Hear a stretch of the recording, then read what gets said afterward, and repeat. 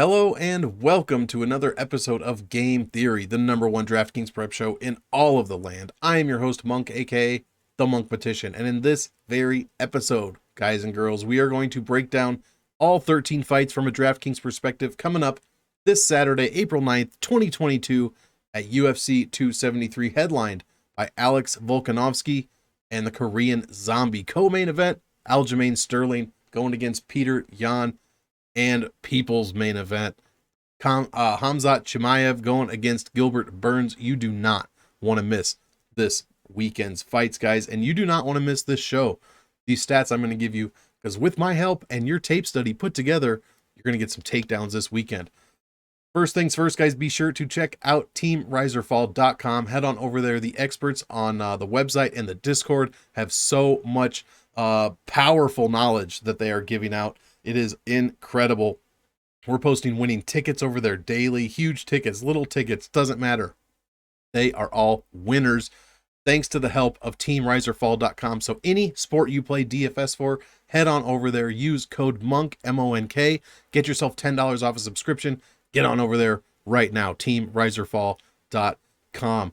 Also, guys, be sure to like and subscribe to this channel and this video, but also MMA Engine on YouTube. Go on over there, check it out. It's me, it's Brady from DFS by the Numbers, it's Uncle Wheezy, and it's Lou Betya. We are putting our minds together and coming up with a product to give to you content creators and to you bettors, gamblers, and DFS players in just a couple of weeks. So be sure to like and subscribe to any videos over there and the channel so you don't miss anything. We are putting out content pretty much daily, getting ready for all UFC events. So it is booming over there, absolutely booming. So be sure to check that out. And with business out of the way, guys, and I am still recording. I had to start this over because it turns out I got about 6 minutes in and I was not recording. So I am recording. You are ready, pen and paper in hand. I'm ready to dispense knowledge and spreadsheet vibrance. Let's get right into it, guys. First fight of the night, Julio Arce going against Daniel Santos. I don't have any stats for Daniel Santos. He does not have a Dana White Contender Series fight. This is his first UFC fight. He is $7,200. That is a fantastic underdog salary to play. One of the best dog salaries to play statistically, according to Salary Voodoo. So be sure to do your tape on Daniel Santos. Who knows? Fights against Julio Arce could go either way. So this could be a huge dog spot right here. Santos 10-1 professionally, 4 wins by knockout, 1 by submission. Who knows, guys? Excuse me, Julio Arce, $9,000. He's coming in $330 over his average salary. What do you get for that price? Well, he's 4-3 in the UFC, 2.17 points per minute. Not anything to brag about. 1.98 points against per minute. That is fantastic. Definitely something to brag about. Fantastic defensive numbers there. Only averaging 79.26 points per win. Guys, that is super low. Giving up only 75.8 for when he loses. There are no points in Julio Arce fights. So probably big fade on the $9,000 Julio Arce, in my opinion. He's never scored over 90 in a DraftKings win. He's also only given up over 90 once out of 3 UFC losses. I mean, when he wins by decision, 63. When he wins by sub, 76. When he wins by knockout, 89. Just very low numbers from Arce fights. Let's see. Does score a few points per minute by takedown and control time, less than 0.2 per minute. Does not give up a ton, especially in the takedown side of things. Very solid defensive fighter here, Julio Arce. What is he averaging? 12.15 minutes per fight. So pretty long third round finishes, average. On average, he gets to the third round, I should say. But his last 2 did end in the second. He got knocked out by Song Yadong, and he knocked out Andre Ewell in the second round. Losses to Dawodu and Moraes. No shame in that game. Here is the DraftKings points per minute graph. Trending down, but currently above his opponent. But trending down, something you don't want to see. Opponents trending up, especially after that Yadong fight. Here are my projections. Very low for decision wins. That's because Julio Arce doesn't score, and he doesn't give up any points. Even a first-round finish, only 96. Here is the visual statistical recap.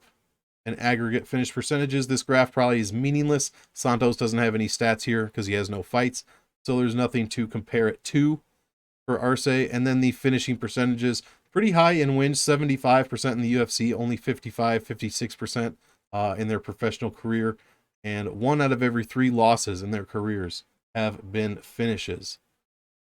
So let's see. I am probably going to be fading Arce. 9,000 is going to be way too much to spend for a guy that doesn't even score 80 points. He's never scored 90, not even once. And Santos, I will be eyeing that $7,200 salary. It is a great salary to play, according to Salary Voodoo. And I'm pretty sure Santos is a decent kickboxer. So I'll have to do my tape on that myself. So, but yeah, that's how I'm leaning right now on this very early Tuesday morning. Kay Hansen going against Pichel Rodriguez. What do we got here?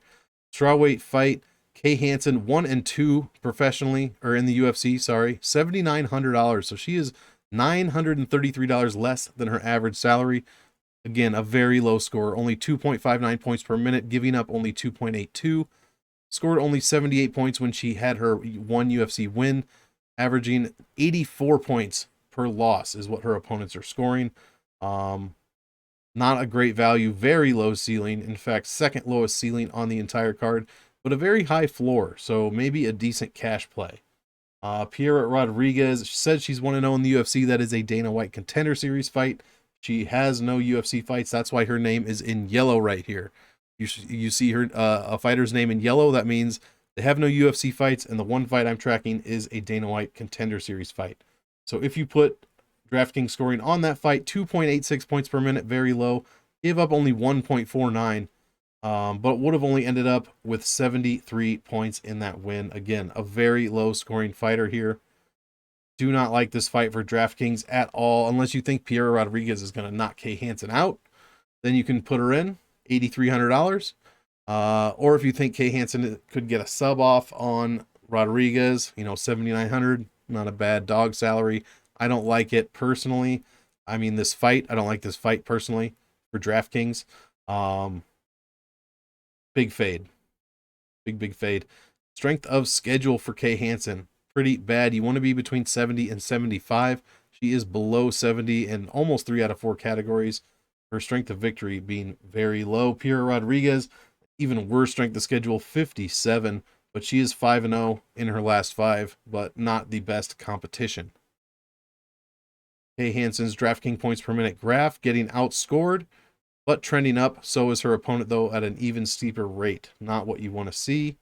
And then here are my projections for this fight. However you think it's going to end, here's how I think that will score. And then the visual statistical recap. Rodriguez, only one fight, and it was that Dana White Contender Series fight, so not really anything to compare it to here. And then the aggregate finishing percentage is pretty high as far as wins, 78, almost 79% in their career, 50% in the UFC. That's just for Kay Hansen. Or no, sorry, and both of them. It is counting that Dana White Contender Series fight. I do replace those as soon as this fight takes place. That Dana White Contender Series fight will be right out of here.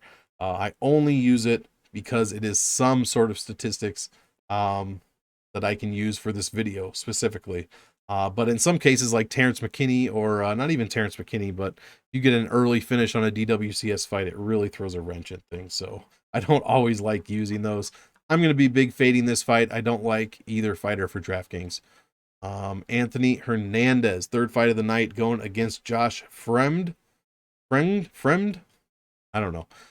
Fluffy Hernandez, $8,700, coming in $550 over his average salary, is a very good score. He is 2-2 in the UFC, but in his 4 fights, he averages 4.18 points per minute, and in his 2 wins, 114.36. So this is the opposite of Julio Arce, because he's also giving up 4.2 points per minute. That is the worst out of all 20 ranked fighters on the entire card. And in 2 losses, he's averaging, or his opponents are scoring an average of 108.72. So the exact opposite of Julio Arce, like I said.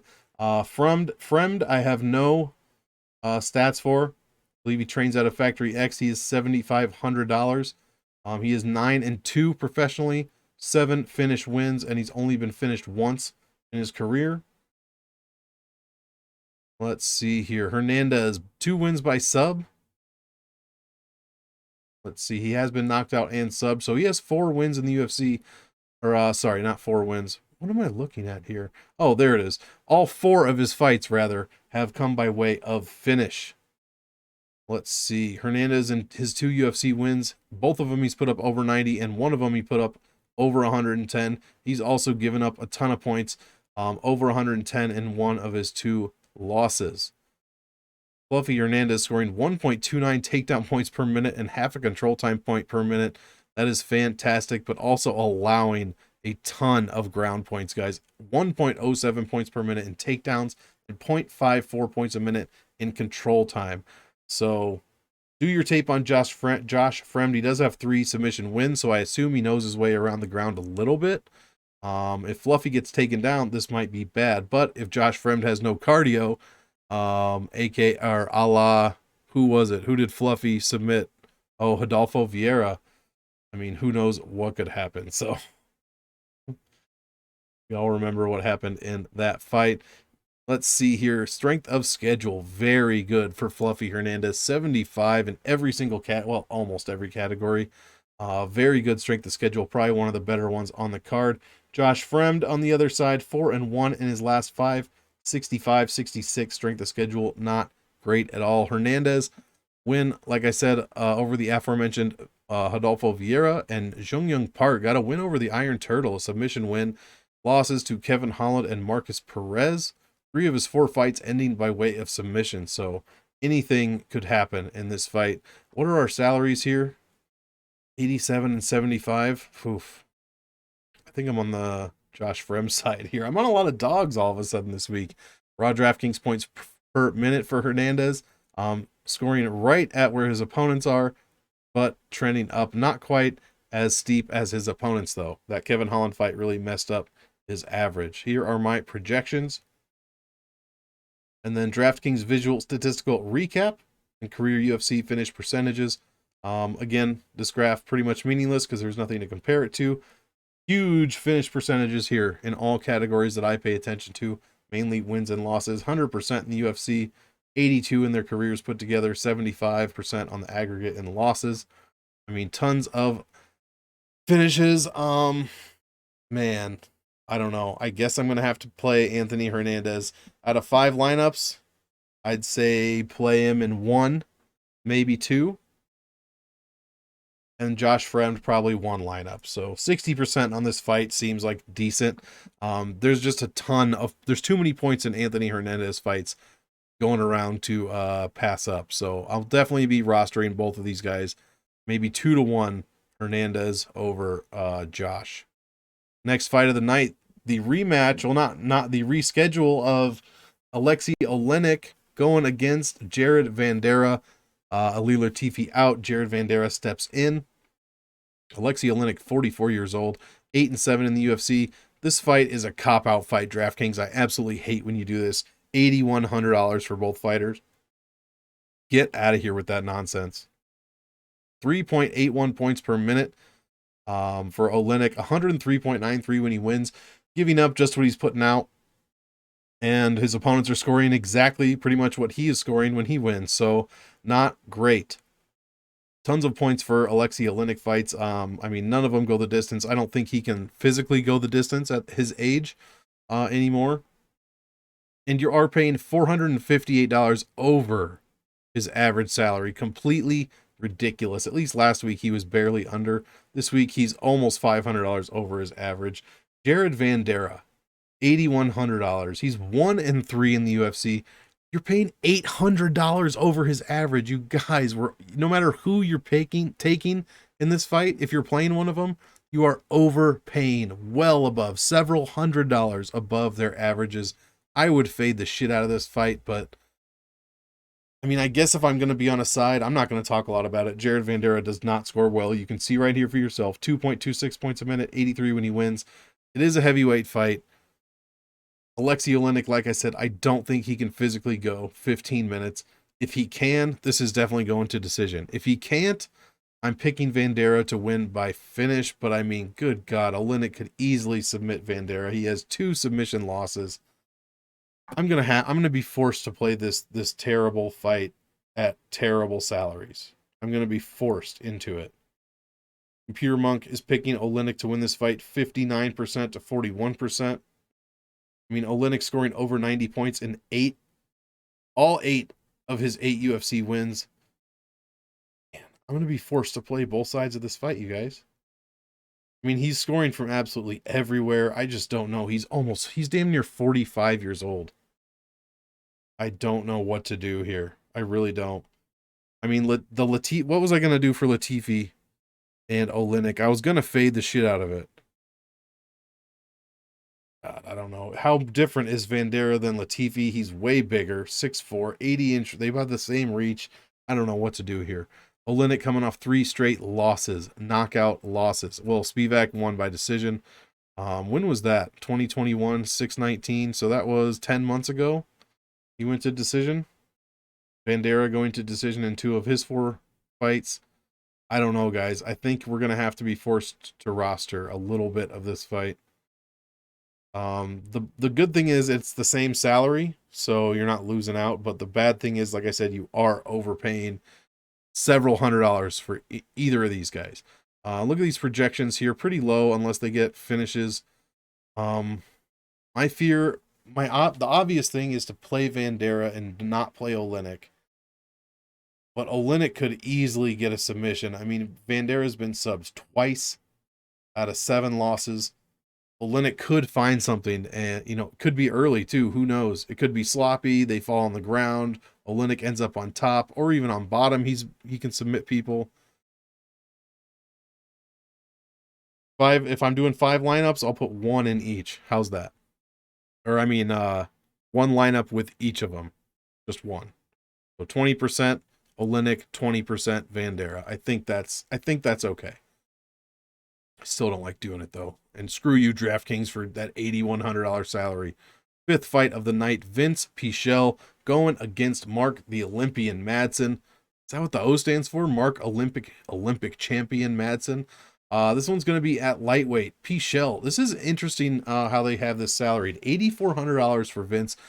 That is $733 over his average. I'm a huge Vince Pichel fan. I love watching this guy fight. 3.59 points per minute, only giving up 2.5 points back at him for a big differential of 1.11. Average value 9.38. Fantastic. Only 91 points when he wins, though. Lots of decision wins. 6 in his UFC career, to be exact. 6 out of 9 fights have gone to decision. He has won every single one of them. When he does lose, 2 losses, 126 points, so he is out here getting finished. Let's see. Mark Madsen, $7,800, 3.8 points a minute. He is scoring 6th best on the entire card, only allowing 1.47. That's the 2nd best number on the card. Wow, how is this possible? 3 fights in the UFC. He's coming in $1,400 under his average salary. Guys, you want to talk about value, like legitimate value? I don't mean salary-based equation value. I mean actual value, like saving money. $1,400 under his average salary. And he only have scored 90 points per win, so it's not a ton of points. I'd play the shit out of Mark Madsen in cash this week. I really would. And I will have him on some of a couple GPP lineups, I imagine, as well. And Pichel in the other 2, probably. Let's see here. Pichel, when he does win, in 7 wins, he's put, 3 of them he's put up over 90. 2 of those wins, he's put up over 110, and he's given up over 110 in both of his losses. Mark Madsen, on the other side, has put up over 90 in 2 of his 3 wins. 1 of those wins has gone over 100 points. He's got the 2nd best takedown points per minute on the entire card, 1.44 points per minute, 0.56 points in control time, never given up a takedown, has not given up any control time either in his UFC career. That is interesting. Vince Pichel, right under Mark Madsen, offensive takedown points, 1.1 per minute, 0.61 points a minute in control time, so just over Madsen. But here's the thing that worries me about Vince Pichel. Not only is he 39 years old, he's averaging almost a point per minute given up in takedowns and 0.35 points a minute in control time. Guys, if Mark Madsen I don't want to say is smart here because this seems like a huge fight IQ moment that we're about to have. He attempted 0 takedowns on Clay Guida. Now, not sure why that is. Maybe he didn't want to get caught in a guillotine or something. I have no idea. He needs to go for takedowns here against Vince Pichel. Pichel is allowing so many points a minute in takedowns. He needs to get those takedowns, control Pichel. I believe he can grind out a 3-round decision here, at least win the first 2 rounds. Third, who knows? Madsen, not known for his cardio, whereas Vince Pichel, I believe, has a bit better cardio than Madsen does. Here are a few UFC stats, or relevant fight stats, I should say. Madsen 5-0 in his last 5. He's undefeated professionally, 11-0. Vince Pichel 4-1 in his last 5 with a much better strength of schedule, and it's not really close. Almost 10 points in one category.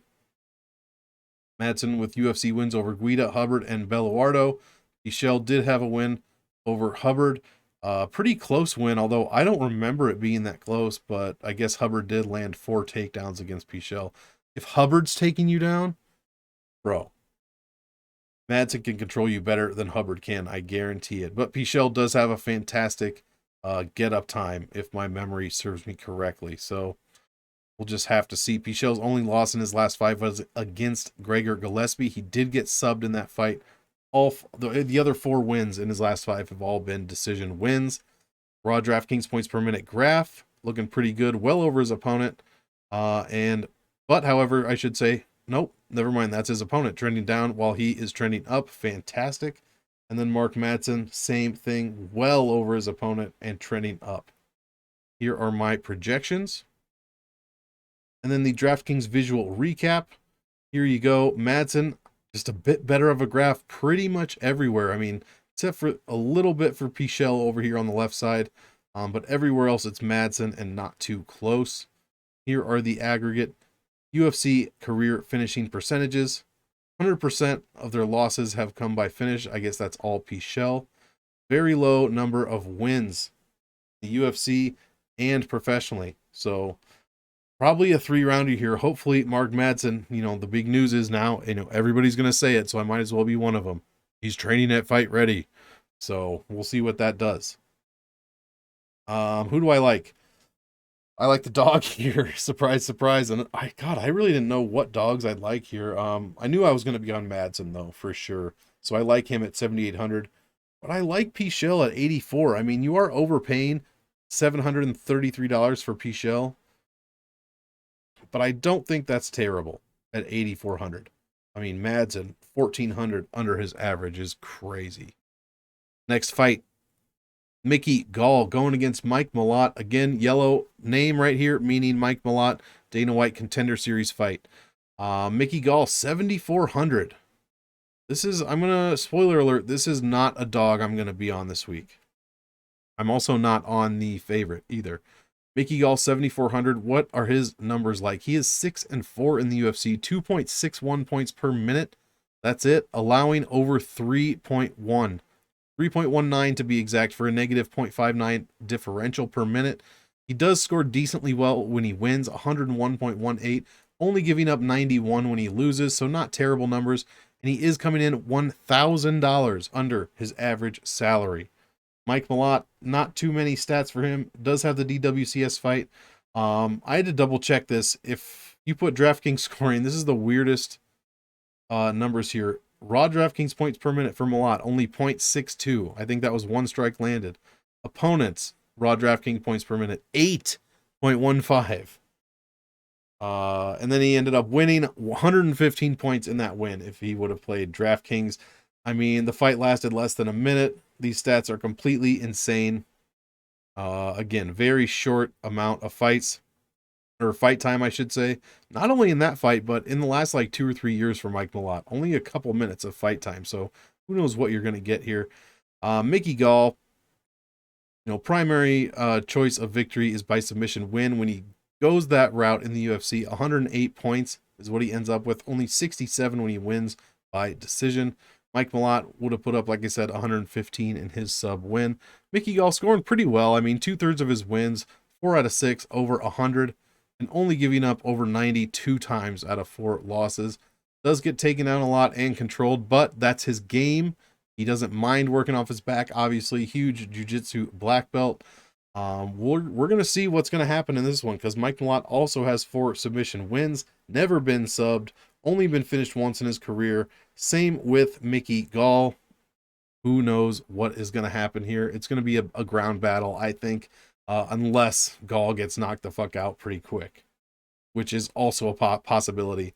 Not much else to say about this fight here. A couple of stats. The strength of schedules are terrible. In fact, Mike Malott's is better by several points in a couple of categories. Mickey Gall, not even at 70.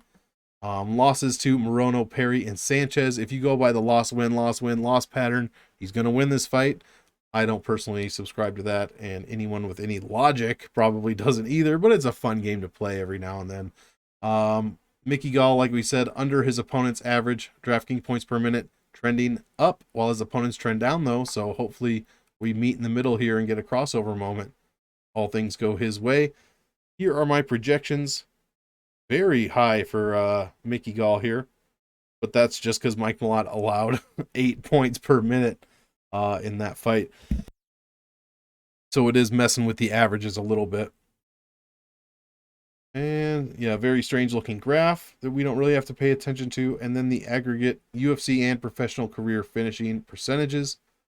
Very high in wins. I mean, these guys finish almost every single fight. In fact, only Malott's never had a fight go the distance. All 9 of his fights. Wait. Oh, he has had a draw. So only 1 fight has gone the distance. 8 of them have not.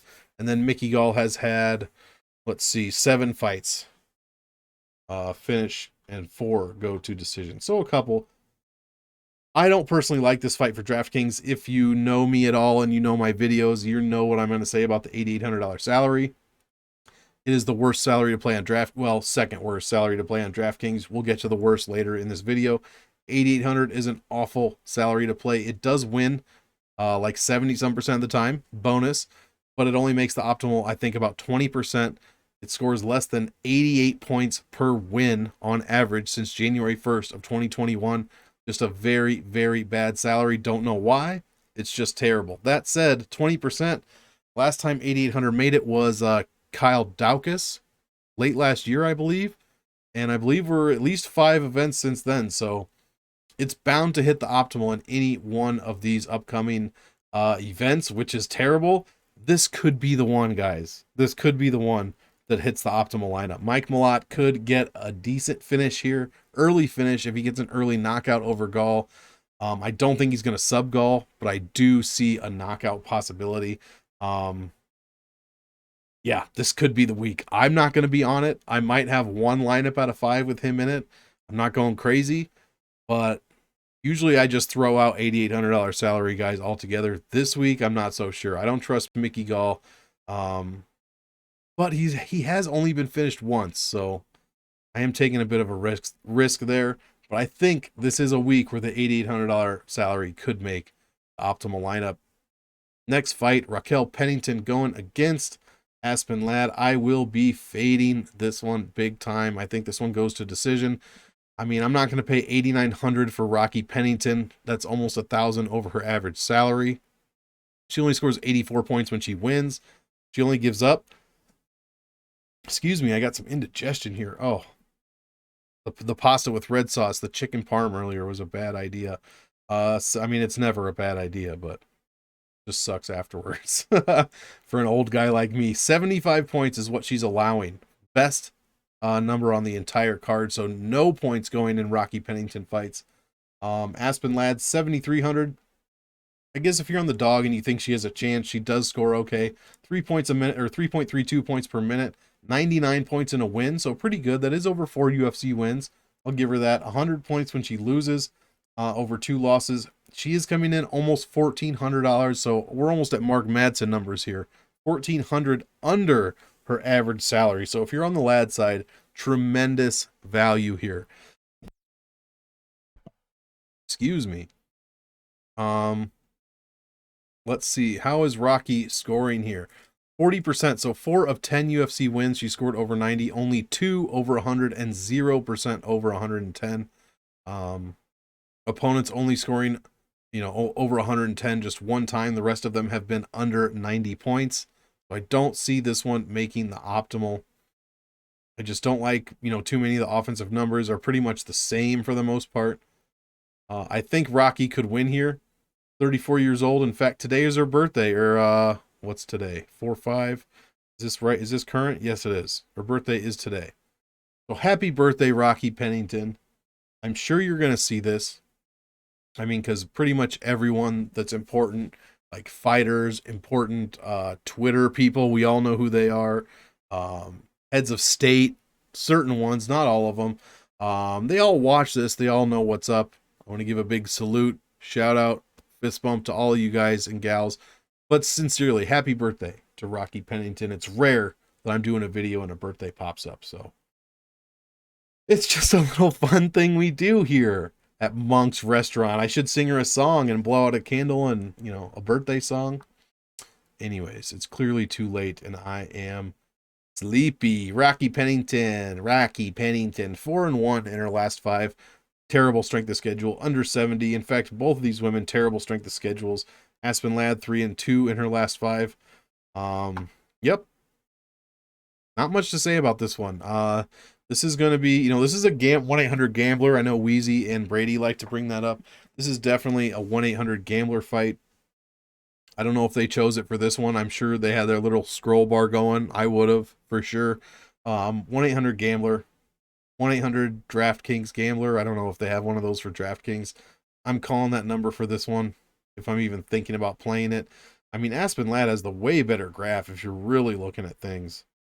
But no, you're not going to finish Rocky Pennington, I don't think. When did, what was her last fight? Yeah, she subbed Kiesan. Okay, yeah, you're not going to finish Rocky. And Ladd's probably not going to get finished, so. Big fade. Big fade. Jairzinho Rozenstruik going against Marcin Tybura. Heavyweight battle. I'm more excited for this heavyweight fight than the other one. I don't know what's going to happen in this one. $8,600 for Jairzinho Rozenstruik. What do you get for that? This is a very interesting... I mean, it is interesting, but it's very linear. If you think Rozenstruik's going to get the early knockout on Tybura, play him at $8,600. That's a steal.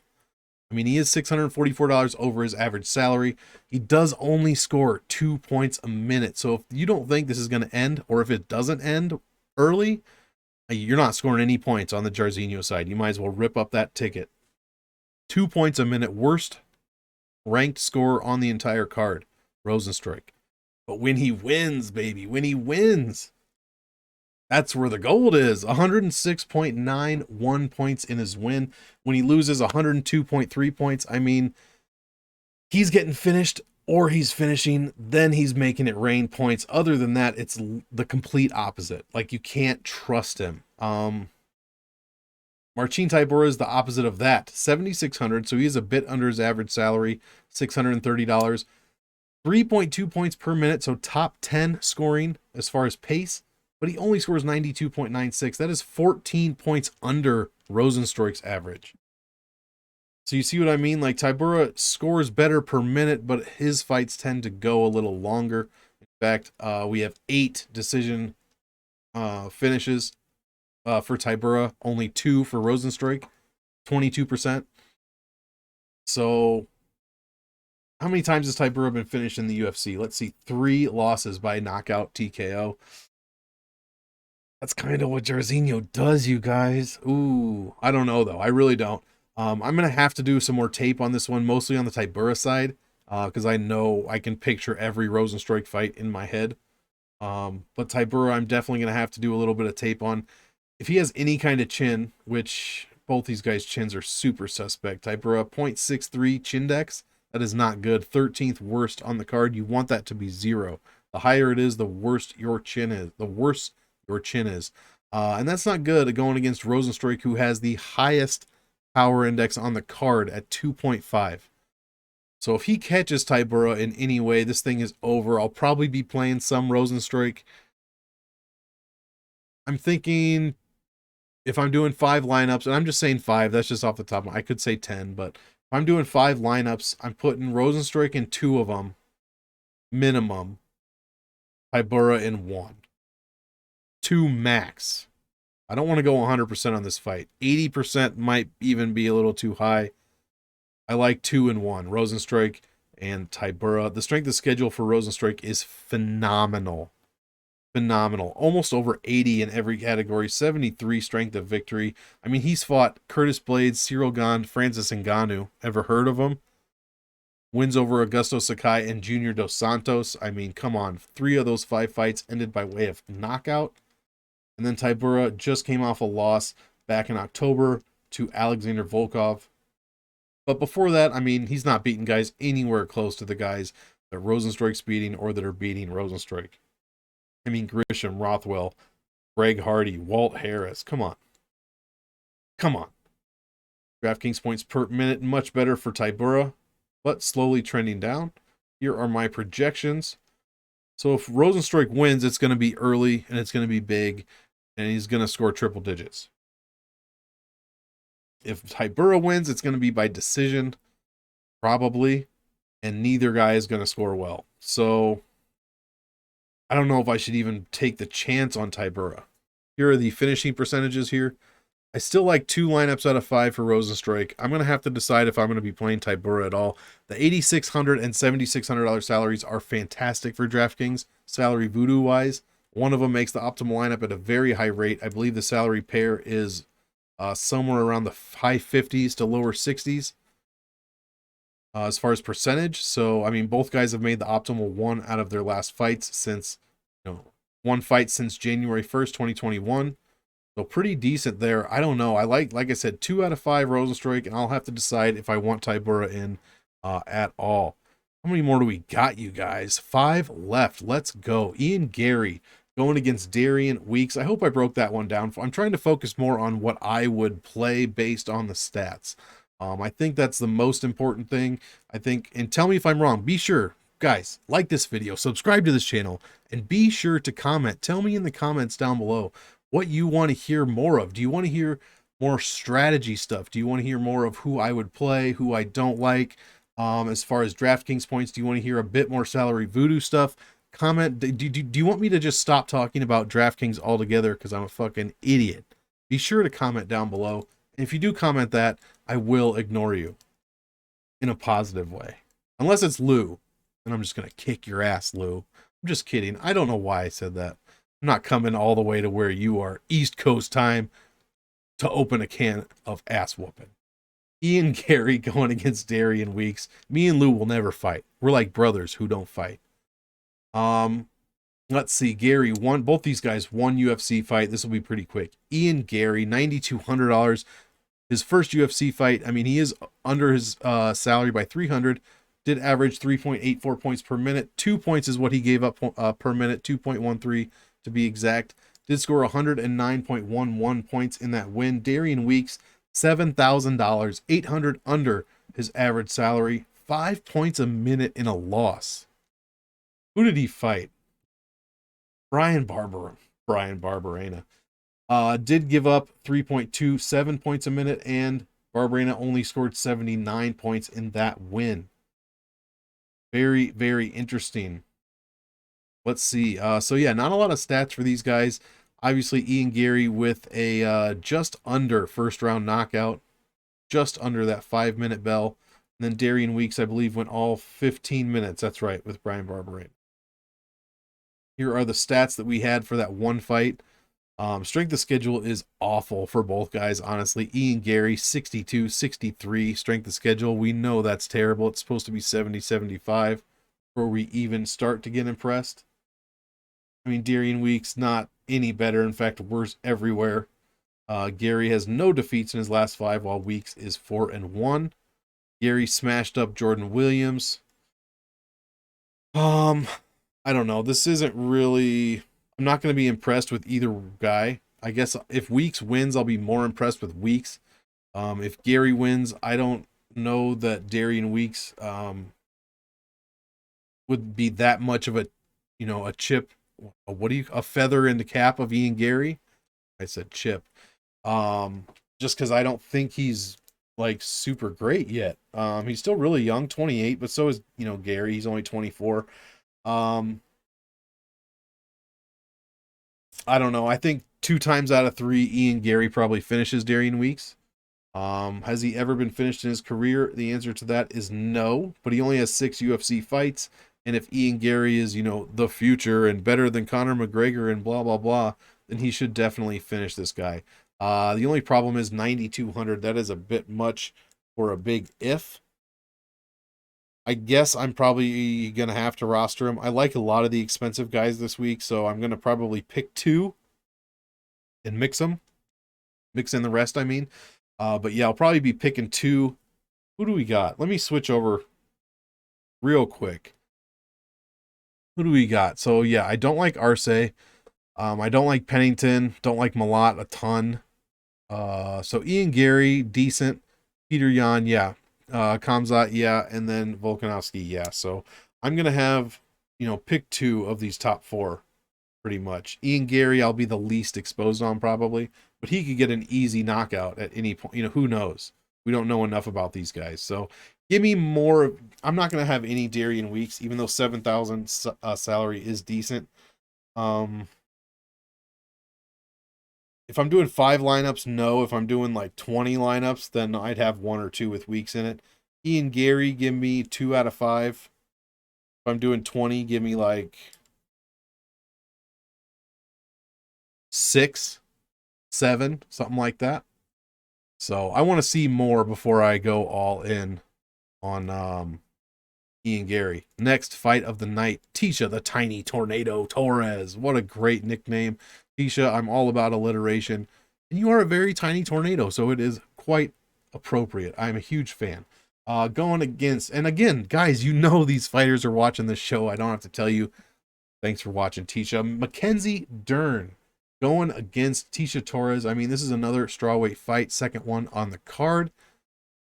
Torres 9-5 in the UFC. Dern 6-2. A very closely lined fight as far as DraftKings. 8,000 for Tisha Torres. She is $200 under her average salary. She did make the optimal lineup in her 1 fight since January of 2021, averaging 2.9 points per minute and giving up 2.72 points a minute for a positive differential.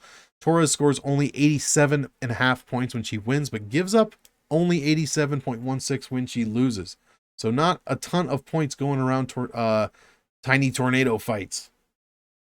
Mackenzie Dern, what do we got here? 8,200, so she is the favorite salary, and Torres with being the dog salary.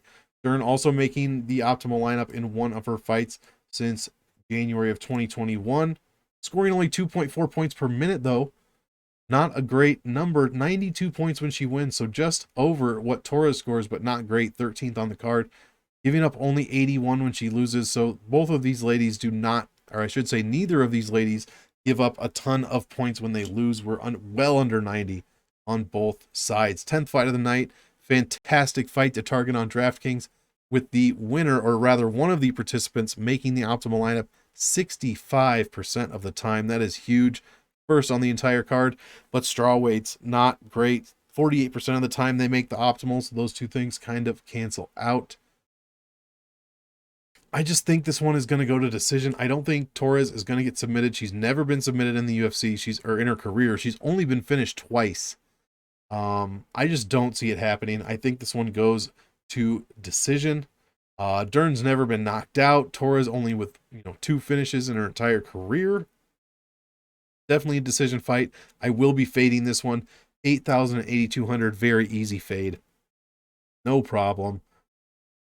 Neither one scoring very well. Dern putting up, over 90 in 4 of her 6 wins. That's pretty good. Torres putting up 90 in 3 of her 9 wins. So not too shabby there. And actually, when Mackenzie Dern wins she does score 70 points and worth of bonus points per win. So pretty good number there. Let's see. I hear my cat snoring. I was wondering what that sound was. Old Kenny over there, old Kung Fu Kenny, snoring away. Let's see. Strength of schedule, much better for Tisha Torres than Mackenzie Dern. I mean, not even close. Dern coming off that loss to Marina Rodriguez. Also not a very close fight. Let's see here. Torres, her opponents beating Hill, Hughes, and Brianna Van Buren. I mean, that Hughes fight was crazy. Both women losing to Marina Rodriguez by unanimous decision. And then Torres' other loss in her last 5, the ex-champ. So, pretty big name there. Torres, here's her raw DraftKings points per minute over her opponents in scoring and trending up, way up as her opponents trend down. That is just what you want to see. But Mackenzie Dern with an equal graph. Both women trending up. So this is a great fight to make. I'm super excited to see it. Dern, much bigger woman though, 3 inches taller, 3-inch reach advantage as well. So we're going to have to see. Here is a bit of a DraftKings visual recap. Much more of the real estate going to Mackenzie Dern. Torres missing a big piece because she does not get very many finished wins there, as we discussed. Most of her fights ending by way of decision. Never been finished in a loss, either of these women. How is that? Oh yeah, neither of these women ever been finished. Yeah, 0%. So yeah, I do expect a decision fight here. Yeah, I'm gonna big fade both of these. I don't think I need to put either of these women into any lineups. I mean, if you're playing the 150s, sure, 5 to 8% maybe each one, but I don't think either one's getting a finish here. Oh, baby. Let's get into it. Khamzat Chimaev going against Gilbert Burns. I almost said Dilbert Burns. That's a very different person. Khamzat 4-0 in the UFC. Check out, let's just get into the numbers because they're so excitingly high. 9,400 for Khamzat. He is coming in exactly how much he has been costing on average, 9,400. I mean, 9.67 points per minute, the highest overall on the entire card. Number one, this is a real number. Has given up only 0.05 points per minute in the UFC over 4 fights. 0.05. Obviously the best number on the card, best value on the card, highest number per win on the card, 122.42 points. I mean, come on. Put him in your lineup. I mean, we could get into Gilbert Burns a little bit. I should, because he deserves respect. I'm being serious. I don't have to tell you guys, this is Gilbert freaking Burns. He's currently ranked 2nd in the welterweight division. Insane jiu-jitsu fighter, extremely powerful guy, 13-4 in the UFC, $6,800. Another guy that's $1,400 under his average salary, $1,450 to be exact. Scores over 3 points a minute, 93 points when he wins, gives up 101 points when he loses. That's a key here. When Burns loses, he gets finished. He's been finished twice in the UFC, and he gives up a ton of points when that happens. Let's see here. The salary win percentage for 9,400, 79%. This is a great salary to play. Not as good as the main event favorite, but still a pretty good salary to play. I mean, 100% of the time, Khamzat has scored over 110 points every single fight. Meanwhile, Gilbert Burns scores over 90 in only 61.5% of his wins. Actually, I should say scores over 100 in 61.5% of his wins and over 110 in just 15%. Meanwhile, he's given up over 90, 3 out of 4 losses.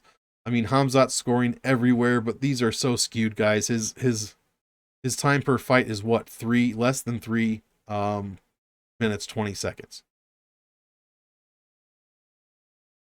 Where was I? I lost my place. Where are my numbers? Where are my numbers? Here we go. I mean, 5.61 points just in striking. That doesn't count knockdowns. Knockdowns are here. 5.67 just in striking. 1.5 in takedown and 1.67 in control time. Insane. Gilbert Burns does have top 10 numbers defensively there, but does allow some points. And I just have a feeling this one's going to be no different, guys. We're going to breeze through the end of this. I mean, the stats aren't even close. You can't even look at them. Strength of schedule is actually very close.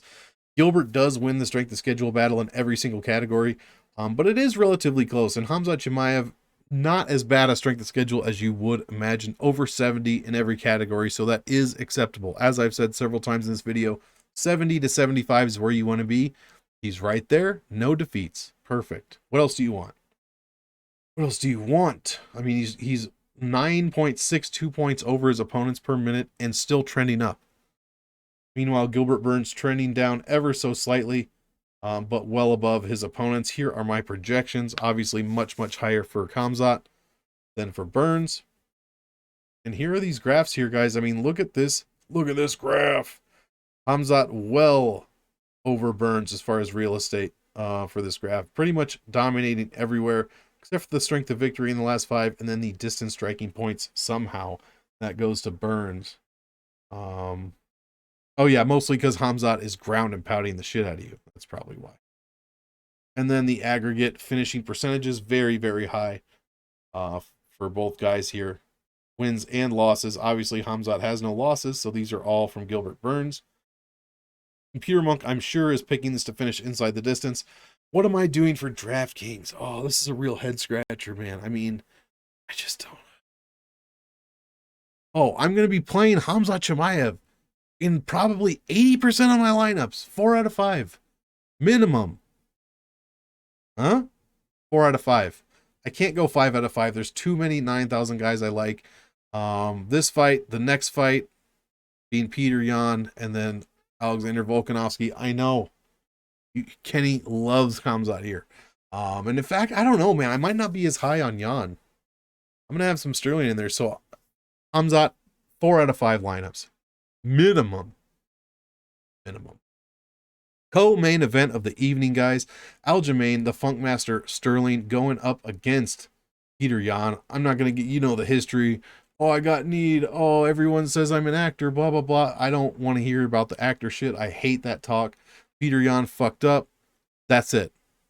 Aljamain's the champ. That's the rules. He didn't make the rules. That's the rules. He was handed the belt. So now we're going to unify him. I'm a fan of Aljamain Sterling, and I don't dislike Petr Yan. I'm a huge fan of seeing this fight again. Has Sterling gotten better? Did the neck injury play a huge part? I am so excited to see these narratives play out. Sterling 12-3 in the UFC, $6,900, guys. This is the week of huge savings. I feel like I'm trying to think of any local. I can't. Sorry.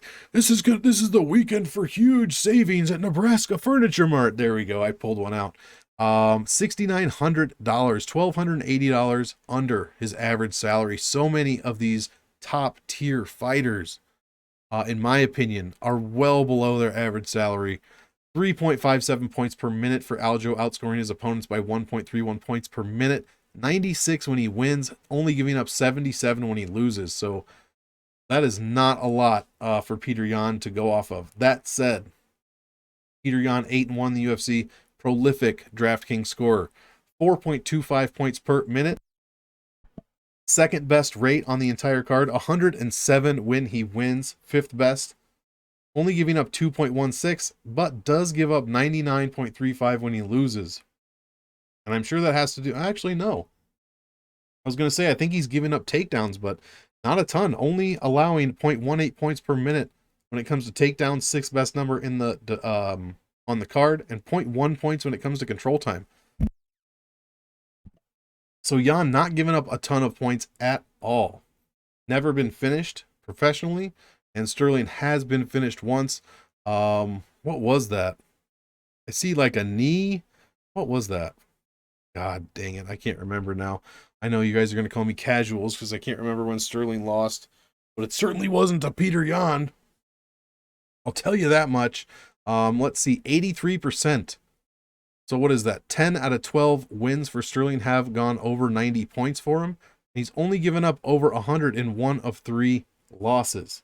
Meanwhile, Petr Yan scoring over 110 in 4 of 8 wins. I mean, just a huge score, guys. If you're on the Petr Yan side, what's his salary? 9,300. You have to play him. Like I said, it's going to be between Yan, Khamzat Chimaev, and Alex Volkanovski. I mean, pick 3 or pick 2 of those 3 in every single lineup. That's what I would do. With a sprinkle of Ian Garry thrown in, I think is a good way to go. I think there's enough underdogs here that just find the one that you're not playing. So pick 2 out of 3, right? So say you pick Khamzat and Petr Yan. Well, then play the Korean Zombie in that lineup. You know what I mean? It might not work out, but you're not going to get, that might not make optimal, but you can't get the $95, $94, and $9,300 guy in your lineup. It just doesn't work like that. So Unfortunately, what else do we got here? Strength of schedule is off the charts for both of these guys, not literally, but it is two of the highest ones of the entire week. We are over 80 in a few of these categories for Jan. Over 80. And in the very high 70s for Sterling. I mean, come on. It doesn't get much better than that, honestly. Right? What's up, Dougie? Let's see. Jan only lost to Aljamain Sterling. Just trolling at this point. Here are the raw DraftKings points per minute. I mean, Sterling's graph, not even close to his opponent. It's not even touching. His opponents are trending up. He is trending down. But as of now, these graphs aren't even touching. Petr Yan, same thing. Graph not even touching his opponent. He is trending down while his opponents trend up. But come on, guys. Both of these guys absolutely killing it. I mean, look at who Aljo's, even if you're an Aljo hater, which is fine. You do what you want. I mean, a win over Petr Yan, beat Corey Sandhagen, first round sub, Pedro Munoz, Jimmy Rivera, Cody Stamen. The guys he's beating are ridiculous. I mean, Petr Yan, the same thing. Corey Sandhagen, Jose Aldo, Uriah Faber, Jimmy Rivera. These guys are no joke. This co-main event is going to be ridiculous. Here is the DraftKings visual graph, statistical recap, I should say. Jan with a bit better real estate pretty much everywhere, but very, very close. Here are my finishing percentages, very, very low. I don't know what to do here, guys. Well, I do. I already told you what I'm doing. I'm picking two of the top 3 fighters. I'm playing them and probably rostering the underdog that I'm not playing, or against the favorite that I'm not playing, in 4 out of 5 of those lineups. So that's kind of my plan here. I will have some Sterling, but I'm going to have a bit more of Jan, I think. Out of those 3, so out of Volkanovski, Petr Yan, and Khamzat Chimaev, who do I think is the most likely to lose? I think it's Petr Yan. And most people are probably laughing at me saying it's probably Volkanovski or probably, Khamzat, since he hasn't proven himself. But I honestly think Khamzat runs through Burns, and I think Volkanovski deals with Korean Zombie. I think Sterling has the best chance out of all 3 of those underdogs to beat Petr Yan. But we will see. Like I said, that's my plan for these top guys here. And without further ado, main event, we are under an hour. I absolutely crushed the time this week. New time record for 13 fights. Let's fucking go. Alexander Volkanovski going against Korean Zombie. What do we say about Volkanovski? I mean, 9,500. He is 840 over his average salary, but look what you get. Over 4 points a minute, only giving up 1.84 points on the comeback. Third best in the division for a 2.24 differential in pace. Average value of 12.44. This guy is 10-0 in the UFC. He's giving you an average value of 12. 12.5. Average DraftKings points when he wins, 107. Undefeated, as we said, in the UFC. Now, what does the Korean Zombie give you other than extremely exciting fights 100% of the time? I mean, if you don't like the Korean Zombie, you're in the wrong fucking sport, man. I appreciate you watching this video. Be sure to hit the like and subscribe, but you're in the wrong sport. 2.73 points per minute, allowing 2.42. When he wins, 114.44. That is the second highest number on the card. Both of these guys putting up tremendously high points when they win. When Korean Zombie loses, 102 is what his opponents are scoring. He is almost $1,600 under his average salary, guys. $1,600. He's giving you a 10.76 value. If you're on the Korean Zombie side, and you kind of have to be at least in one of your lineups out of 5, I think that's a tremendous price. Here is the problem. The $6,700 salary, only been used 20 times since January 1st, 2021, has never made the optimal lineup. It is the one salary DraftKings uses that has yet to make the optimal lineup since that date. In fact, it only has a 5% win percentage. Only one time has that salary won a fight, and that was it Jason Witt? I can't remember who fought Rafa Garcia. Rafa Garcia was a huge favorite and lost the fight. It was last summer. I can't remember. It doesn't matter. It's only happened. Semmelsberger? I don't know. It's only happened one time. I just don't know if I can be playing Chain Sung. Dude, the $6,700 salary is freaking cursed. Here is the deal on 9,500. It is the best possible salary to play. It has over an 81% win percentage, and it makes the optimal lineup at over 70% of those wins.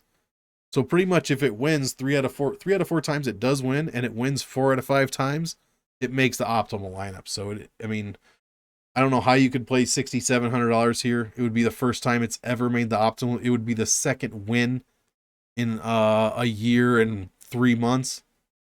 I'm going to be on the Volk side heavy here, and I'm going to be on the edge of my seat for this entire fight. I'm very excited. Just watching the replay of Volk and Ortega has got me going for this. I mean, guys, I don't know what else I can say about this. These numbers are high as fuck everywhere. I mean, Volk, 9 of his 10 wins scoring over 90, 7 of them over 100, 3 of them over 110. Chan Sung Jung, 70, that's 5 out of 7 of his wins. He's put up over 110 points. So if he does win this fight, I mean, at that salary, he's clearly going to make the optimal no matter what. But if he does win, I mean, he could catch Volk, and that's obviously his path to victory, I think, is a surprise, a knockout, just punch out of nowhere, quick ground and pound finish, referee steps in. I don't know how likely that is, though. Here are my relevant fight stats. 5-0 for Volkanovski, 3-2 for Chan Sung Jung with losses against Ortega and Yair Rodriguez. 2 guys that Volkanovski, actually just one of them that Volkanovski's beat. He has not fought Yair Rodriguez. Strength of schedule, over 80 for Volkanovski, just incredible. And Korean Zombie's strength of schedule should not be laughed at. Well over the average for a fantastic strength of schedule here, right around 75, 76. I mean, Volkanovski, nothing else to say. I think, this one's going to be a decision victory for him. And how does he score in decision victories? I don't know. 135, 102, 94, 82. So not great. I mean, not terrible, but not great. Averaging 104. So actually that is very good. But he does have 5 rounds to do it. What are my takedown numbers? That's what I'm most interested in. Korean Zombie giving up 0.32 points in takedowns per minute, 0.21 points in control time. Volkanovski scoring 0.6 points a minute in takedowns and a half a point a minute in control time. Tons of striking points. I think if he lands a few takedowns, one a round, maybe, we could be in for a very high scoring night. I love that Ortega score. I mean, 135 in that fight. That is a must play. $9,500, you got to get on it. Oh, when the $9,500 salary wins, averaging 112 points per win. Here are the graphs. Not even touching his opponent again, Volkanovski, and trending up. He's still trending up, guys. This is insane. Insane. Korean Zombie trending down, very close to his opponent. I believe that's about 0.3 points away. Here are my projections. Huge projections for Volk, as you would expect. DraftKings visual statistical recap. Pretty good for both guys. I mean, Volkanovski could do with some more finishes. That's why a huge pink piece of his graph is missing here. But other than that, I mean, this graph is fantastic. And who needs finishes when you're just dominating 5 rounds? We know he can do that. We know Jung can also go 5 rounds. So, I mean, Jung has, I think, 7. How many times has he gone 5? He has something like 6 out of 9 fights, 6 out of 10, 7 out of 10 fights in the UFC have all gone 5 rounds. He's main carded a ton of fights, or I'm sorry, headlined a ton of cards, I should say. And then the aggregate finishing percentages here, very, very high. I think this one goes to decision more often than it doesn't. Like I said, you know my plan for these top 3 guys. I'm picking 2 out of the 3, and I'm just playing them. I like the upside of Korean Zombie here. Might have him in 1 out of 5 lineups. I think even that is a bit too much. The $6,700 salary, like I said, the salary voodoo there is just too much for me to ignore. I hate that salary. It doesn't do anything. I think this one's pretty good for Volk. Heavy on the Volk. 4 out of 5 Volkanovski, I think. It's a no-brainer. 5 rounds, and you get the best DraftKings salary possible at $9,500. What else could you possibly want? Guys, we did it. That is all 13 fights. Before we go, because I'm not going to forget this week, Let's check out Computer Monk's picks. This is what Computer Monk has come up with based 100% on stats, odds, and a plethora of other things. First fight, Julio Arce, decision. Piero Rodriguez, decision. Anthony Hernandez, finish. Alexei Oleinik, finish. Mark Madsen, finish. Mike Malott, finish. Raquel Pennington, decision. Marcin Tybura, finish. Ian Garry, decision. Mackenzie Dern, decision. Hamzat Chimaev, finish. Petr Yan, decision. And Alexander Volkanovski by finish. There you have it. Last week, Computer Monk's worst ever week, I should just mention. 4 of 8. Can you believe it? I've never seen him have a worse week.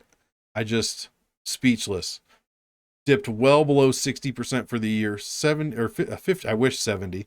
57.38%. Absolutely terrible. I don't know what we're going to do here. We got to make a comeback. So guys, that is it. We did it. We got all 13 fights broken down from a DraftKings statistics standpoint. You saw Computer Monk's picks and projected methods. All you have to do now is get your tape done, watch more of our guys coming out on MMA Engine, like and subscribe this video, and keep up with my Twitter at Monkmatics for everything DraftKings UFC 273. So I guess you do have a little bit of homework left to do, but hey, I'm pulling my weight. One more time, guys, please like and subscribe to this video. Leave a comment about what you want to see or what your favorite stat is. I love reading all comments and do respond to every single one personally. Excuse me. And last time, guys, check out Team Rise or Fall. Use code MONK. Save yourself $10 on a subscription right now. Hop on over there and get some expertly advice from our experts. So again, one more time, thank you so much for watching, guys. I really appreciate that. Have yourselves a damn good week until UFC 273 comes around, and then have an even better Saturday. Let's make some money, get some takedowns this weekend, and as usual, I want all of you to enjoy the fights, so enjoy. We'll see you next time.